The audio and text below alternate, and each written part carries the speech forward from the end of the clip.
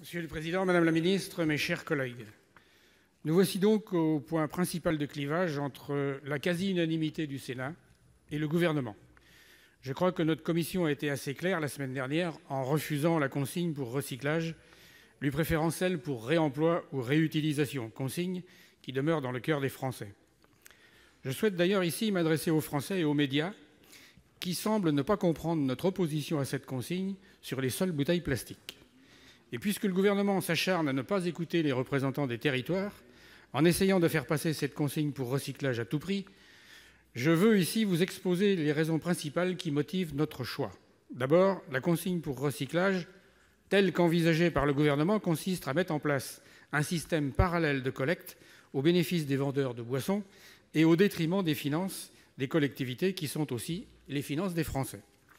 La focalisation sur ce sujet nous fait oublier la seule question que nous devrions nous poser: quel est l'intérêt pour le citoyen? Quel est l'intérêt de privatiser une partie du service public de gestion des déchets? Ensuite, alors que le GIEC publie aujourd'hui un rapport plus qu'alarmant sur le réchauffement des océans, la consigne voulue mordicus par le gouvernement et les lobbies de la boisson n'aura aucun impact sur la réduction de la production et de la consommation plastique.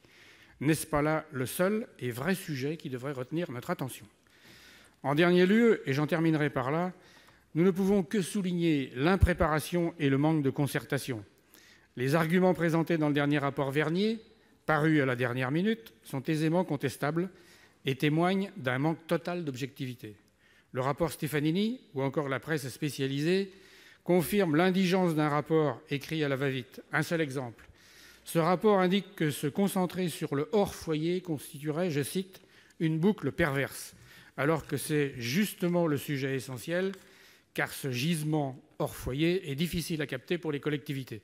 Voilà quelques points liminaires que je voulais avancer en préambule à notre discussion sur un article qui, à mon sens, n'a fait qu'obstruer les enjeux réels de l'économie circulaire.